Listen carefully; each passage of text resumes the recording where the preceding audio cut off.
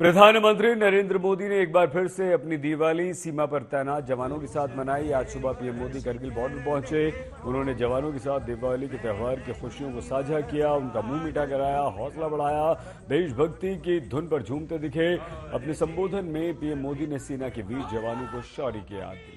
वहीं आतंकवाद के मुद्दे पर पाकिस्तान को घेरा, 1999 में करगिल विजय की याद दिलाई। 2014 से लगातार प्रधानमंत्री नरेंद्र मोदी जवानों के साथ दिवाली मना रहे हैं। पहली बार सियाचिन बॉर्डर पर उन्होंने ये पर्व मनाया। इस साल उन्होंने करगिल को चुना और एक कविता के माध्यम से जवानों के शौर्य की गाथा पूरी दुनिया को सुनाई। तन तिरंगा मन तिरंगा, तन तिरंगा मन तिरंगा, चाहत तिरंगा राह तिरंगा, विजय का विश्वास गरजता, विजय का विश्वास गरजता, सीमा से भी सीना चौड़ा, सपनों में संकल्प सुहाता, कदम कदम पर दम दिखाता, भारत के गौरव की शान। तुम्हें देख रहा हर भारतीय गर्व से भर जाता है। तुम्हें देख हर भारतीय गर्व से भर जाता है। वीर गाथा गर गर गूंजे, नर नारी सब शीश नवाए, नर नारी सब शीश नवाए। सागर से गहरा स्नेह हमारा, सागर से गहरा स्नेह हमारा, अपने भी हैं और सपने भी हैं। जवानों को अपने लोग भी तो होते हैं, आपका भी परिवार होता है, आपके सपने भी हैं, फिर भी अपने भी हैं और सपने भी हैं। देश हित सब किया समर्पित, देश हित सब किया समर्पित।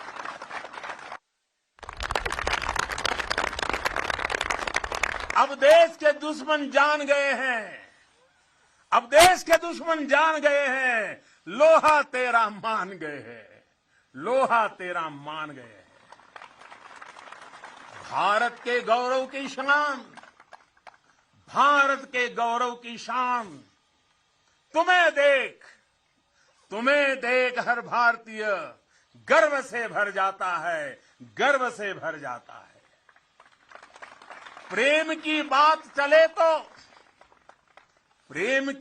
चले तो सागर शांत हो तुम, पर देश पर नजर उठी तो फिर वीर वज्र विक्रांत हो तुम। एक निडर अग्नि, एक आग हो तुम, निर्भय प्रचंड और नाग हो तुम। अर्जुन पृथ्वी अरिहंत हो तुम, हर अंधकार का अंत हो तुम। तुम यहां तपस्या करते हो, तुम यहां तपस्या करते हो, वहां देश धन्य हो जाता है, वहां देश धन्य हो जाता है। भारत के गौरव की शान, भारत के गौरव की शान। तुम्हें देख हर भारतीय गर्व से भर जाता है, तुम्हें देख हर भारतीय गर्व से भर जाता है। स्वाभिमान से खड़ा हुआ मस्तक हो तुम। आसमां में तेजस की हुंकार हो तुम। दुश्मन की आंख में आंख डाल के जो बोले, दुश्मन की आंख में आंख डाल के जो बोले, ब्रह्मोस की अजय ललकार हो तुम, ब्रह्मोस की अजय ललकार हो तुम। है ऋणी तुम्हारे हर पल हम, है ऋणी तुम्हारे हर पल हम। यह सत्य देश दोहराता है, यह सत्य देश दोहराता है, भारत के गौरव की शान, भारत के गौरव की शान। तुम्हें देख हर भारतीय, तुम्हें देख हर भारतीय गर्व से भर जाता है।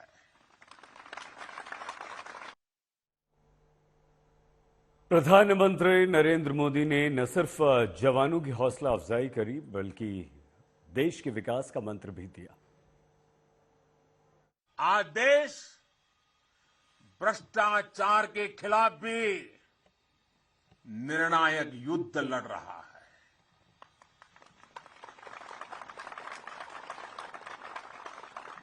भ्रष्टाचारी चाहे कितना भी ताकतवर क्यों न हो, कितना ही ताकतवर क्यों न हो, अब वो बच नहीं सकता और बचेगा भी नहीं। कुशासन ने लंबे समय तक देश के सामर्थ्य को सीमित रखा। राष्ट्रहित में आज बड़े से बड़े निर्णय तेजी से किए जाते हैं, तेजी से लागू किए जाते हैं। साथियों, तेजी से बदलते हुए समय में, टेक्नोलॉजी के इस दौर में भविष्य के युद्धों का स्वरूप भी बदलने जा रहा है। नए दौर से नई चुनौतियां, नए तौर तरीकों और राष्ट्र रक्षा के बदलती जरूरतों के हिसाब से आज हम देश की सैन्य ताकत को तैयार कर रहे हैं। सेना में बड़े रिफॉर्म्स, बड़े सुधार की जो जरूरत दशकों से महसूस की जा रही है, वो आज जमीन पर उतर रही है। हमारी सेनाओं में बेहतर तालमेल हो, हम हर चुनौती के विरुद्ध तेजी से त्वरित कार्रवाई कर सके। आज प्रधानमंत्री नरेंद्र मोदी जब करगिल पहुंचे तो उनकी मुलाकात मेजर अमित से हुई। साल 2001 में मेजर अमित गुजरात के बालाछड़ी सैनिक स्कूल में पढ़ रहे थे और उस समय प्रधानमंत्री मोदी गुजरात के मुख्यमंत्री थे। आज जब प्रधानमंत्री नरेंद्र मोदी करगिल आए तो मेजर अमित ने उन्हें वो तस्वीर दिखाई जब तब के मुख्यमंत्री सैनिक स्कूल आए थे और मेजर अमित को पुरस्कार दिया था।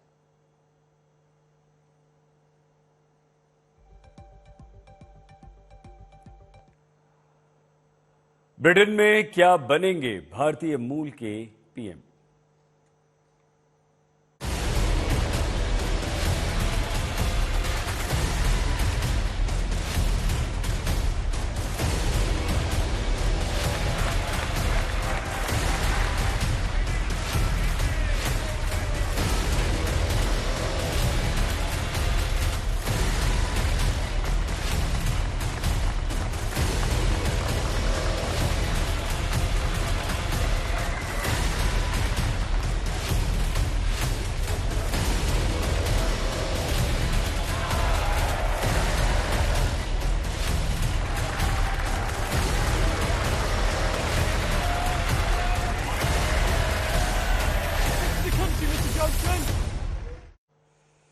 हमारे देश में दीपावली का जश्न है। आज दिवाली की खुशी और भी बड़ी हो सकती है क्योंकि भारतवंशी ऋषि सुनक के प्रधानमंत्री बनने पर आज मुहर लग सकती है।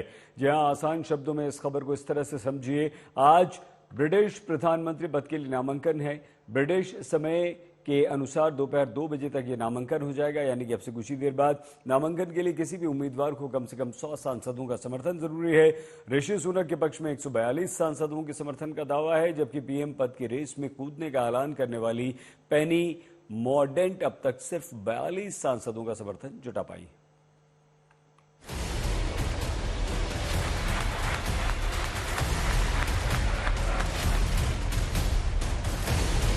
महज 48 दिन बीते हैं जब भारतवंशी ऋषि सुनक ब्रिटिश पीएम की रेस में लिज ट्रस से पिछड़ गए थे, लेकिन 49 दिनों में ब्रिटेन की राजनीति ऐसी घूमी कि आज जब देश दिवाली का जश्न मना रहा है तो ऋषि सुनक का आज ही के दिन ब्रिटेन का प्रधानमंत्री बनना तय माना जा रहा है।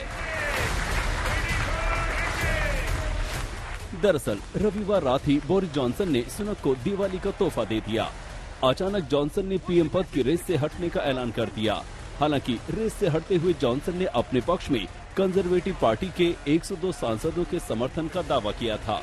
रेस से हटते हुए जॉनसन ने कहा, इसके अच्छे आसार हैं कि कंजर्वेटिव पार्टी के सदस्यों के समर्थन से चुनाव में सफल हो जाऊं और शुक्रवार को डाउनिंग स्ट्रीट में वापसी कर लूं। लेकिन पिछले कुछ दिनों में दुखद रूप से मैं इस नतीजे पर पहुंचा हूं कि ये ऐसा करने का सही समय नहीं है। आप प्रभावी तरीके से तब तक शासन नहीं कर सकते जब तक कि संसद में आपकी पार्टी एकजुट न हो। पीएम की दौड़ से जॉनसन के हटने से ऋषि सुनक की ताजपोशी का रास्ता कैसे साफ हुआ, उसे जरा चुनाव के समीकरण से समझिए। ब्रिटिश संसद में कंजर्वेटिव पार्टी के कुल 357 सांसद हैं। पार्टी के नियम के मुताबिक पीएम पद के लिए वही नामांकन कर सकता है जिसके पास कम से कम 100 सांसदों का समर्थन हासिल हो। 357 सांसदों के हिसाब से रेस में अधिकतम 3 उम्मीदवार हो सकते हैं। चूंकि बोरिस जॉनसन रेस से हट चुके हैं, इसलिए पीएम पद की दौड़ में सिर्फ ऋषि सुनक और पोनी मॉर्डन बची हैं। बताया जाता है कि ऋषि सुनक को 142 सांसदों का समर्थन हासिल हो चुका है, जबकि मॉर्डन के पक्ष में घोषित तौर पर सिर्फ 24 सांसद आए हैं। अगर नामांकन के वक्त ब्रिटिश समय के मुताबिक दोपहर 2 बजे तक मॉर्डन 100 सांसदों का समर्थन नहीं जुटा पाई और कोई सरप्राइज उम्मीदवार मैदान में नहीं कूदा, तो सुनक का आज ही पीएम बनना तय है। अगर ऋषि सुनक और पोनी मॉर्डन दोनों फाइनल रेस में जगह बनाने में कामयाब रहे, तो शुक्रवार तक 1,70,000 टोरी सदस्य ऑनलाइन मतदान करेंगे। चुनाव की स्थिति में भी सुनक के पक्ष में शुक्रवार का नतीजा तय माना जा रहा है। हालांकि पिछले महीने वो लिज ट्रस से चुनाव हार गए थे, तब सुनक के पास पार्टी सांसदों का पर्याप्त समर्थन हासिल था, लेकिन टोरी पार्टी के सदस्यों के बहुमत का समर्थन जुटाने में नाकाम रहे। लेकिन जो कसर पिछले महीने बाकी रह गई थी, इसके प्रबल आसार हैं कि आज उसकी भरपाई हो जाएगी और ब्रिटेन में ऋषि राज पर मोहर लग जाएगी। लवीना टंडन, लंदन, आज तक। आइए इस वक्त आपको सीधे लंदन लिए चलते हैं। हमारी संवाददाता लवीना टंडन लंदन से हमारे साथ जुड़ चुकी हैं। लवीना, हैप्पी दिवाली। सबसे पहले दिवाली की शुभकामनाएं। आप हम लोगों से, अपने देश से बहुत दूर हैं और काम कर रही हैं, ये बड़ी बात है आज पर्व के दिन भी। ऋषि सुनक क्या प्रधानमंत्री बन रहे हैं ब्रिटेन के, हम मान लें, या कुछ अभी भी पेच फंसा हुआ है? लवीना, सबसे पहले तो शुभ दीपावली आपको भी Thank you. सईद, और आप भी भरसक बहुत बढ़िया काम कर रहे हैं। Thank you. और दिवाली का जश्न यहाँ दोगुना हो जाए, इसका पूरा प्रयास यहाँ पर चल रहा है जी। तो अड़चन जो हो सकती है, जो आपका सवाल था, वो पेनी मॉर्डन अगर 100 एमपी जुटा लेती है तो फिर ये कॉन्टेस्ट की तरफ जाएगा। और कॉन्टेस्ट का मतलब ये है कि आपकी रिपोर्ट ने अभी समझाया कि फिर ये जो मामला है, यहाँ के जो टोरी पार्टी मेंबर्स हैं, जो करीब 170 से 170,000 to 200,000 के करीब है, उन तक ये मामला पहुंचता है। और वहां जाते ही अड़चन आती है ऋषि सुनक के लिए, क्योंकि वहीं जाकर पिछली बार भी वो हारे थे लिज ट्रस के सामने जी। और यहाँ पर भी ये मामला वापस हो सकता है। कई दिनों से इस तरह की आवाजें भी आ रही हैं, कई लोग आके सामने, जो टोरी पार्टी मेंबर्स हैं, वो भी कह रहे हैं कि वो उन्हें अपनी तरह नहीं समझते, या फिर उनके साथ उनको वो नहीं साझा समझते, इस वजह से उन्हें नहीं चुनना चाहते। लेकिन दूसरी तरफ ये सांसद हैं जो पूरी तरह से पहले भी काफी तादाद में ऋषि सुनक के साथ खड़े थे और आज भी खड़े हैं। तो पिछले और अभी में फर्क इतना होगा सईद कि अब की बार अगर कॉन्टेस्ट होता है और पेनी और ऋषि के बीच में, तो एमपीज का एक इंडिकेटिव वोट किया जाएगा, ताकि ये एक तरह से आग्रह है टोरी पार्टी के मेंबर्स से कि हम लोग इस व्यक्ति के साथ काम करना चाहते हैं प्रधानमंत्री के तौर पर, तो अगर आप इन्हें चुने तो बेहतर होगा। ये इंडिकेटिव वोट कोई निर्णय नहीं है, निर्णय टोरी पार्टी मेंबर्स के पास ही होगा, लेकिन फिर भी एक आग्रह रहेगा कि आप इस तरह से करें तो शायद देश को बेहतर तरीके से चलाया जा सकता है। लेकिन ऋषि सुनक का अभी हम आपको बताएं, यहाँ के पेपर्स भी जो है अभी उन्हें एक तरह से घोषित ही कर चुके हैं कि वही अगले प्रधानमंत्री होंगे। और ये दिवाली पर हो रहा है, ये बड़ा दिवाली बोनांजा आप कह सकते हैं। लवीना, बिल्कुल ठीक कह रही हैं आप, क्योंकि आज हमारा अपना पूरा देश दिवाली मना रहा है भारतीय समय के अनुसार क्या आप बता सकती हैं कितने बजे तक ये तय हो जाएगा, और क्या अब हम ये तय ही माने कि ऋषि सुनक ही बनने जा रहे हैं पीएम? नहीं, तय तो नहीं मान सकते अच्छा, सईद, ठीक। क्योंकि नेवर से नेवर वाली है ना, कि कुछ भी हो सकता है राजनीति और सत्ता के बिल्कुल। तालमेल में। जी। तो इस वक्त हमारे पीछे जो वेस्टमिंस्टर है, वहाँ बहुत सारे फेरबदल हो रहे होंगे। अपनी तरफ से पेनी बहुत भरसक प्रयास कर रही है, ऋषि का कैंप तो कर ही रहा है अभी भी। हालांकि तो ये नहीं कह सकते कि बिल्कुल ऋषि ही आएंगे, लेकिन आपको एक चीज और बताएं सईद, कि जैसे ही ये खबर आई कि ऋषि बन सकते हैं, तो मार्केट में करवट धीरे धीरे बदली है। हालांकि दशमलव में बदल रहा है मार्केट, लेकिन चढ़ाव पर है। ऋषि सुनक मार्केट के व्यक्ति हैं, इकोनॉमिस्ट हैं एक तरह से। हालांकि उनकी राजनीति में बहुत ज्यादा समझ नहीं है, ग्राउंड लेवल पर उन्होंने काम नहीं किया है। ये भी एक बहुत बड़ा प्रॉब्लम है टोरी पार्टी मेंबर्स को लेकर, कि भाई उन्होंने बहुत समय तक राजनीतिज्ञ नहीं रहे हैं, बिजनेसमैन थे, मार्केट के व्यक्ति हैं, इकोनॉमिस्ट की बात करते हैं। लेकिन इस वक्त देश को, जैसे कहते हैं ना, सही वक्त और सही समय आप जहां मौजूद हो, तो इस वक्त बहुत सही समय है, क्योंकि मार्केट की वजह से ही लिस्ट ट्रस्ट गिरी। मार्केट वो तो चुन ली गई थी, लेकिन मार्केट ने एक्सेप्ट नहीं किया उनकी इकोनॉमिक पॉलिसीज को। लेकिन ऋषि सुनक को लेकर, और जिस तरह से वो कह रहे थे कि यहाँ पे अभी टैक्स कट नहीं किए जाने चाहिए, कम से कम 2029 तक तो वो नहीं करने की कोशिश करेंगे। तो भले ही वो मुश्किल का समय है, लेकिन लोगों को समझ में आ रहा है कि आमदनी अठन्नी खर्चा रुपया नहीं किया जा सकता। बिल्कुल, बड़ी बात। इस वजह से मार्केट ऑलरेडी फेयर कर रहा है। तो ये एक बहुत बड़ा प्लस पॉइंट है ऋषि सुनक के लिए, क्योंकि मार्केट की वजह से ये सारा तमाशा हुआ है। तो हम आसार बहुत ज्यादा है, बल्कि मुझे लगता है कि वही प्रधानमंत्री होंगे। हाँ, ये बात आपने अच्छी कही। भारतीय समय के अनुसार सिर्फ जल्दी से बता दीजिए बस कि कब तक हम घोषणा हो सकती है? 2 बजे। अब हमारे 2 बजे तो अभी मेरे पास घड़ी इस वक्त नहीं है, लेकिन कुछ ही घंटों में अभी हमारे यहाँ भारत में 2:15 बज रहे हैं लवीना, 2:18। अच्छा, 2:18 है। तो हमारे आप समझ लीजिए इस वक्त शायद 11 बज रहे होंगे। ठीक है। और अगले कुछ 3-4 घंटे में ही हमें ये पता लग जाएगा कि मतलब 7-8 बजे तक, शाम तक हमारे भारत में 7 और 8 बजे के बीच में। तो एक बार हम फिर से आपको तंग करेंगे लवीना, प्राइम टाइम में। हाँ ठीक है, हमारे प्राइम टाइम में।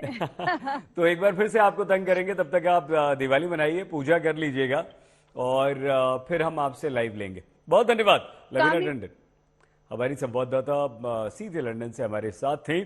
तो देश भर में आज दीपावली का पर्व मनाया जा रहा है। सीमा पर तैनात जवान भी इस पावन पर्व के उत्साह में डूबे हुए हैं। उत्तराखंड के जोशीमठ में आईटीबीपी के जवानों ने दिवाली के अवसर पर जमकर ठुमके लगाए।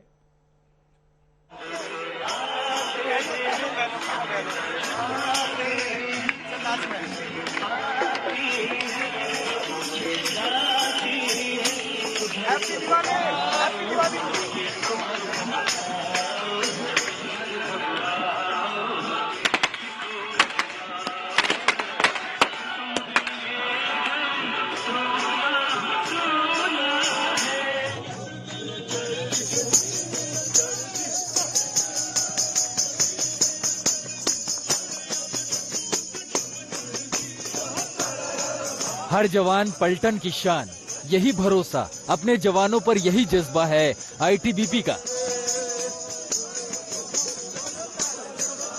आईटीबीपी की वीर गाथा बहुत लंबी है, जाबाजी के किस्से की पूरी किताब है।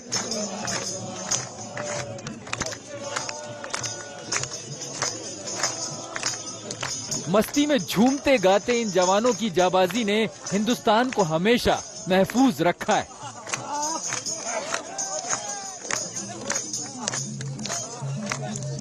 दिवाली के मौके पर वही जवान अपनी परंपरा निभा रहे हैं। देश में मनाई जा रही दिवाली के साथ साथ जोशीमठ की इन वादियों में भी उत्साह और मस्ती में कोई कमी नहीं है। ये आईटीबीपी का कैंप है। दिवाली वाली उमंग यहाँ भी जबरदस्त है। सर्द मौसम, साथ में आग जल रहे हैं, दीपावली का जश्न मनाया जा रहा है, चेहरे खिले हुए हैं। सर्द मौसम का कोई असर चेहरे पर नहीं है। पहाड़ी गीत बज रहे हैं और उन गीतों पर नाच रहे हैं। भले आप किसी भी प्रदेश से हो, लेकिन यहाँ पर इन गीतों पर जमकर थिरक रहे हैं। अलग अलग राज्यों से जो यहाँ पर जवान आए हुए हैं, जो यहाँ पर रहते हैं, उनके प्रदेशों के गीत बज रहे हैं और जमकर थिरक रहे हैं। यानी कि परिवार की जरा से भी याद नहीं, क्योंकि अब यही इनका परिवार है। और आप देख सकते हैं कि कदम एक बार थिरके उसके बाद से रुके नहीं है, लगातार जो नृत्य शुरू हुआ वो अनवरत जारी है। राष्ट्र प्रेम की चादर में लिपटे ये जवान दिवाली के मौके को सेलिब्रेट करने का कोई मौका नहीं चूकना चाहते। तभी तो यहाँ ये जवान एक दूसरे का मुंह मीठा करा रहे हैं, खुशियाँ मना रहे हैं, खुशियाँ बांट रहे हैं।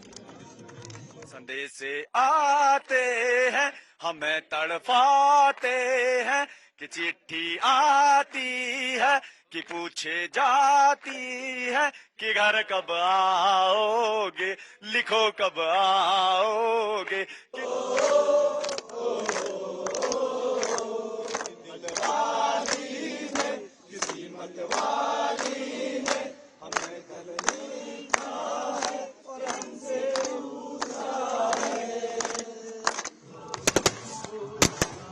कड़ाके की ठंड के बीच इस दिवाली सेलिब्रेशन में हर जवान दिल से शामिल है। दिवाली की शाम जब ये जवान इकट्ठा हुए तो इन्होंने अपने ही अंदाज में जश्न मनाया और आज तक की टीम इस उत्साह की गवाह बनी।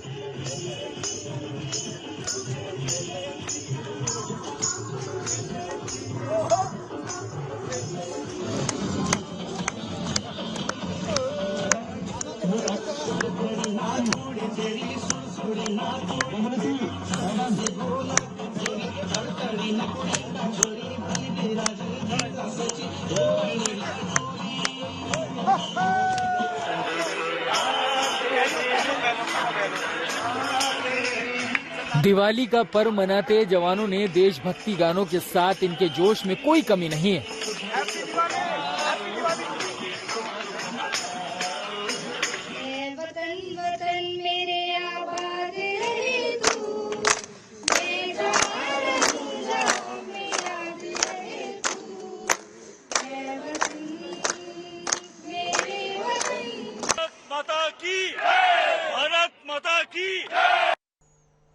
और आइए अब हम आपको दिखाते हैं दिवाली के पटाखों पर आज तक का ये स्टिंग ऑपरेशन। इस बार दिल्ली में पटाखों पर पूरी तरह से प्रतिबंध है।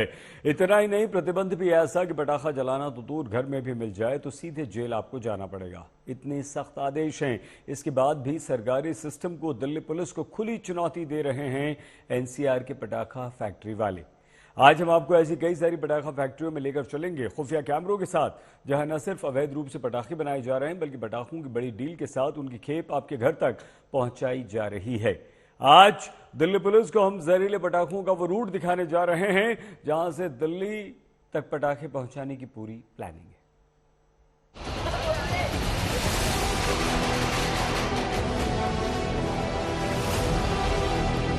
कितने का पड़ेगा ये वाला दिल्ली में पटाखे पूरी तरह से बैन कर दिए गए हैं। अगर दिल्ली में एक भी पटाखा फूटा तो समझो उसकी भारी कीमत चुकानी पड़ेगी।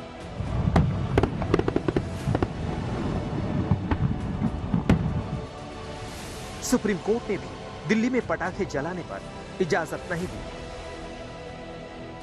दिल्ली में भले ही बिना पटाखों वाली दिवाली मनाने का आदेश जारी हुआ, लेकिन दिल्ली से चंद किलोमीटर दूर पटाखों की अवैध फैक्ट्री धड़ल्ले से पटाखे बनाने और सप्लाई करने में जुटी है। आज तक की स्पेशल इन्वेस्टिगेटिव टीम आज पटाखों पर बड़ा खुलासा करने जा रही है। अंदाज जो है ना, एक साइड से लगा के इतना बड़ा साइड तक मिल जाएगा। यकीन मानिए, भले ही दिल्ली सरकार ने शुद्ध सांसों के लिए हवा को जहरीला बनने से रोकने के लिए पटाखों पर बैन लगाया हो, लेकिन पटाखों से दिल्ली में फैलने वाला जहर रुकने वाला नहीं।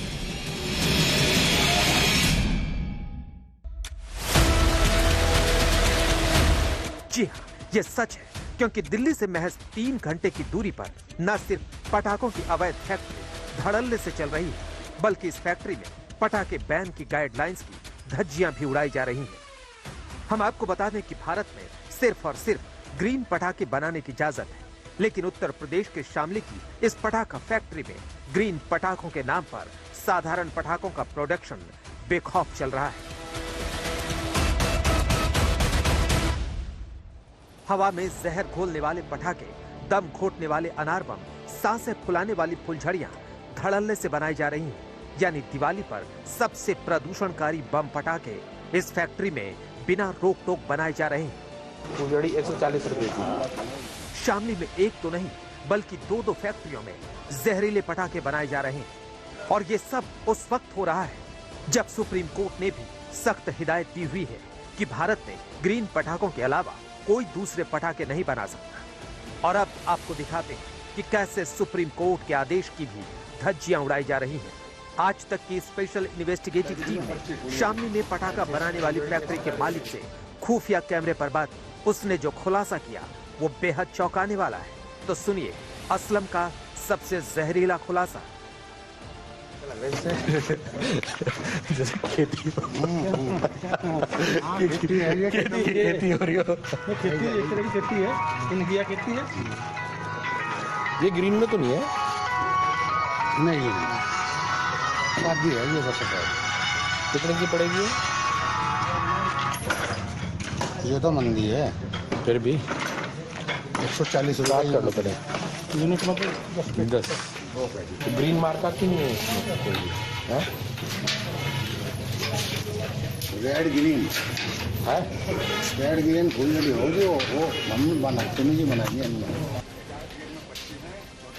तो सुना आपने कैसे असलम कैमरे पर यह कबूल कर रहा है कि उसकी फैक्ट्री में ग्रीन नहीं बल्कि साधारण और प्रदूषण करने वाले पटाखे बनाए जा रहे हैं। असलम ने साफ साफ ये माना कि वो ग्रीन पटाखे नहीं बना रहे हैं। हम आपको बता दें कि सुप्रीम कोर्ट से लेकर नेशनल ग्रीन ट्रिब्यूनल तक ग्रीन पटाखों की पैरोकारी कर रहे हैं। ग्रीन पटाखे तो पारंपरिक पटाखों जैसे ही होते हैं, लेकिन इनके जलने से प्रदूषण कम होता है। साधारण पटाखों की तुलना में ग्रीन पटाखों में 40 से 50% तक कम हानिकारक गैसें होती है। इसकी वजह से पर्यावरण को बचाया जा सकेगा। और चौंकाने वाली बात यह है कि तकरीबन 1000 फैक्ट्रियों के पास पटाखा बनाने का लाइसेंस है और शामली के असलम की फैक्ट्री का नाम उस लिस्ट में नहीं है। यानी असलम की फैक्ट्री पूरी तरह से अवैध है। सिर्फ असलम ही नहीं बल्कि शामली की एक और अवैध फैक्ट्री में जहरीले पटाखे बनाए जा रहे हैं। आज तक की टीम ने शामली की दूसरी फैक्ट्री के मालिक जहीर का भी स्टिंग ऑपरेशन किया। जहीर ने भी माना कि वो ग्रीन पटाखे नहीं बना रहे हैं। आजकल ग्रीन क्रैकर्स का भी तो चल रहा है ना, वो कहते हैं ग्रीन पटाखे, तो ग्रीन तो है नहीं है। नहीं ग्रीन तो ये तो सिर्फ इसकी आवाज होती है। ये ग्रीन में लेकिन आवाज चाहिए उन्हें। ये खाली करके इसमें दूसरा भरोगे? खाली करके दोबारा से तैयार होगा ये। इसके डल के खाली कर रहे हैं, खाली करके इसमें डाट लगेगी, फिर मसाला भरेगा, फिर वो बत्ती लगेगी, इसमें फिर पन्नी चढ़ेगी। ये कितने का है? ये 30 रुपये का है। और इसकी सही आवाज? हाँ आवाज सही होगी। 19-20 का फर्क होगा आवाज। और यकीनन इन फैक्ट्रियों से पटाखों की खेप दिल्ली एनसीआर में धड़ल्ले से पहुंच रही होगी। तो इसका खुलासा भी आज तक के खुफिया कैमरे पर हो गया। जी हां, अकरम और इरफान नाम के 2 पटाखा वर्कर ने खुद कबूल किया कि वो कैसे अवैध पटाखों की खेप दिल्ली तक सप्लाई कर रहे हैं।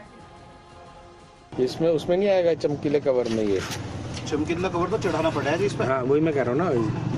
तो मारते हैं वैसे ही बिके हैं, हाथ के बने हुए मशहूर है। नहीं हाथ के बने हुए तो मशहूर हैं, चमकीले नहीं चढ़ाओगे?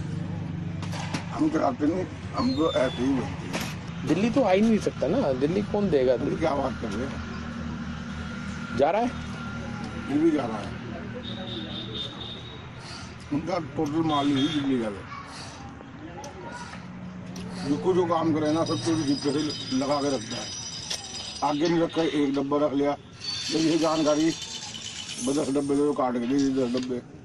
अब सामने बहन है, धनराज है, विकास करने की दुकान है, अंदर ले गए को पर्चा बनाया, गोदाम जहाँ है कल को तेरे आगे वहीं पहुँच जाएगा, पहुँच गया बस।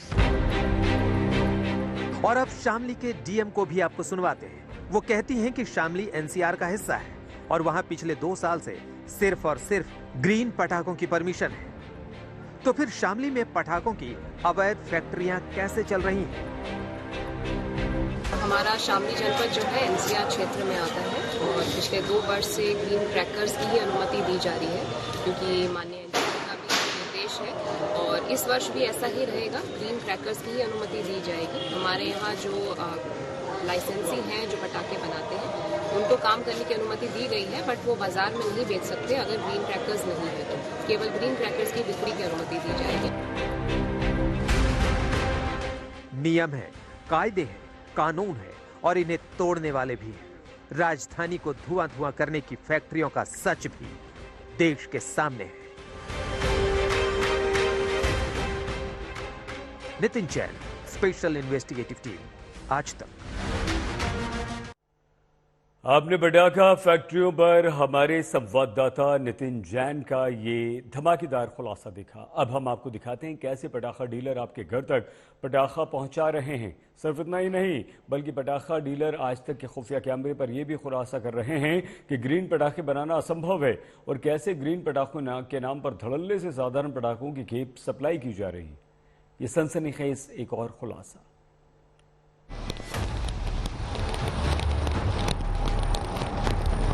पंजाब में दिवाली के दिन सिर्फ 2 घंटे के लिए ग्रीन पटाखों के इस्तेमाल की अनुमति है।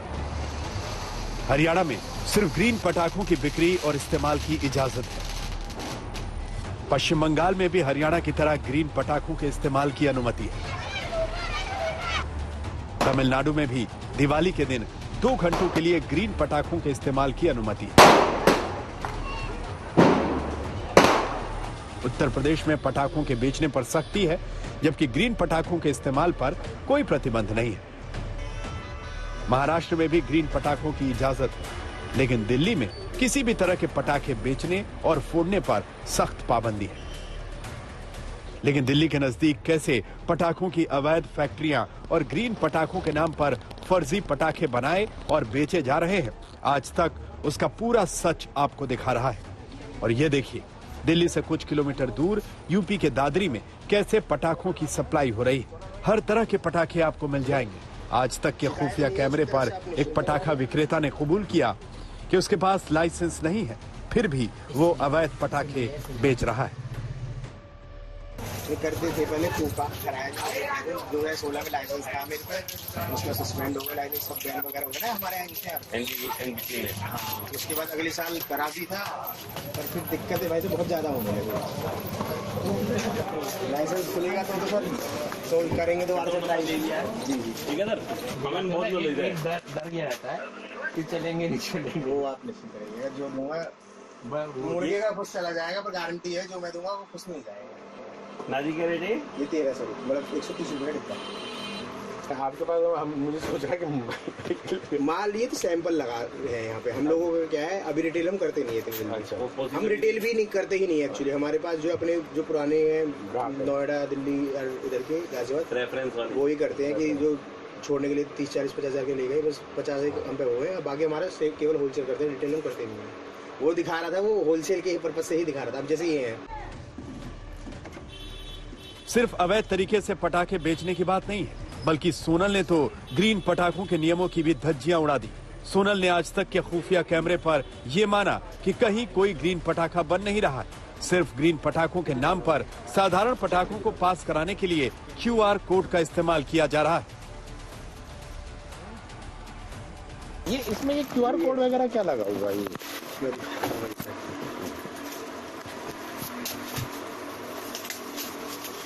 इसे कह रहे हैं QR कोड को? हाँ, ये इसलिए लगा हुआ है जी, जो भी ग्रीन क्रैकर भी पास कराती है ना कंपनी, तो QR कोड एक एप्लीकेशन आती है पटाखों की, चेक करने के लिए कि ग्रीन में पास है या नहीं। केवल इतनी ग्रीन पास है पर है नहीं ग्रीन।